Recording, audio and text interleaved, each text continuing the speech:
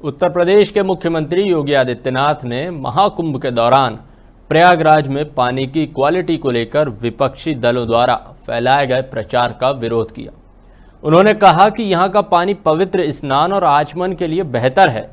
CM ने आरोप लगाया कि विपक्षी दलों ने जानबूझकर गलत जानकारी फैलाई है कि यहां के पानी में नहाना असुरक्षित है। मीडिया रिपोर्ट के मुताबिक ये बयान केंद्रीय प्रदूषण नियंत्रण बोर्ड यानी CPCB की रिपोर्ट के बाद आया है, जिसमें प्रयागराज में गंगा नदी में फीकल कोलिफॉर्म बैक्टीरिया के उच्च स्तर का जिक्र था। फीकल बैक्टीरिया रिपोर्ट पर मुख्यमंत्री योगी आदित्यनाथ ने उत्तर प्रदेश विधानसभा में कहा, त्रिवेणी के पानी की गुणवत्ता पर सवाल उठ रहे हैं। संगम और उसके आसपास के सभी पाइप और नालों को टैप कर दिया गया है और पानी को शुद्ध करने के बाद ही छोड़ा जा रहा है। उत्तर प्रदेश प्रदूषण नियंत्रण बोर्ड पानी की गुणवत्ता बनाए रखने के लिए लगातार निगरानी कर रहा है। आज की रिपोर्ट के अनुसार संगम के पास BOD की मात्रा 3 से कम है और घुलित ऑक्सीजन 8 से 9 के पास है। इसका मतलब है कि संगम का पानी न केवल नहाने के लिए बल्कि आचमन के लिए भी उपयुक्त है।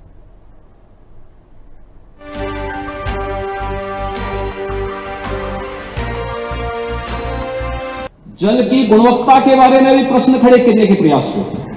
याद रखना, 2013 में बायोरेमेडिएशन या जियो ट्यूब की व्यवस्था बहुत सीमित थी और परिणाम क्या था? पूरा कुंभ अव्यवस्था, गंदगी और अराजकता का एक अड्डा हो चुका था। उस स्थिति को सोचिए जब मॉरिशस के माननीय प्रधानमंत्री 2013 में प्रयागराज महाकुंभ में पधारे थे और गंगा में गंदगी देख करके, अव्यवस्था देख करके, पॉल्यूशन की मात्रा को देख करके उन्होंने स्नान करने से इनकार कर दिया। और 2025 में जब हम लोग आए तो मैंने तो आपको आंकड़े बता दिए कि 56 करोड़ से अधिक श्रद्धालु अभी स्नान कर चुके हैं, एक सप्ताह बाकी है।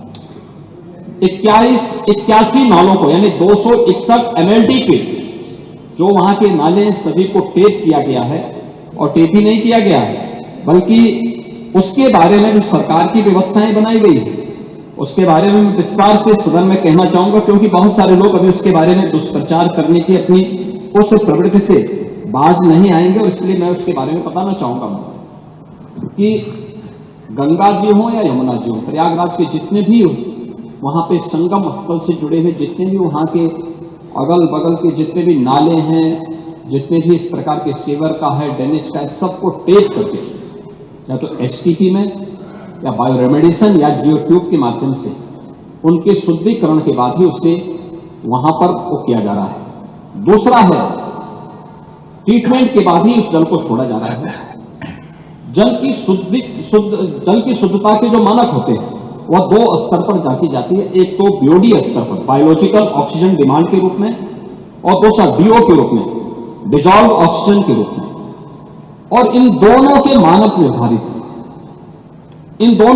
निर्धारित हैं, जिसमें BOD 3 या उससे कम होना चाहिए और DO जो डिजॉल्व ऑक्सीजन की मात्रा है वो 5 से अधिक होनी चाहिए। जल में स्नान करने के लिए जल की जो मात्रा होती है उसमें ये मात्रा इस रूप में होनी चाहिए।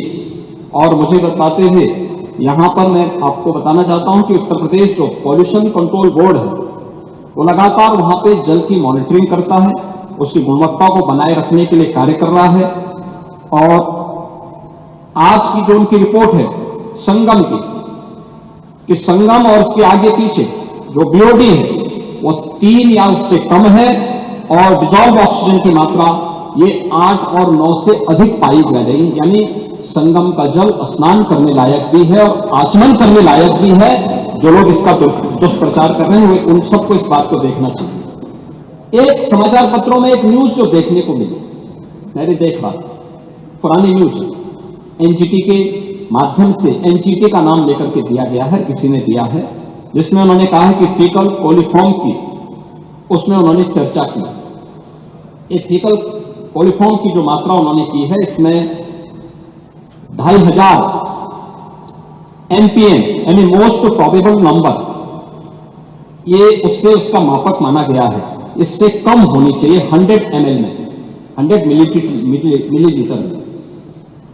और इसके जो अलग अलग नमूने लिए गए फीकल कोलिफॉर्म के लिए, ये फीकल कोलिफॉर्म बढ़ने के बहुत सारे कारण हो सकते हैं। या तो कहीं सीवेज लीकेज है, या बहुत बार होता है कि वे इस प्रकार की नदियां हैं कोई वह चैनलाइज तो है नहीं।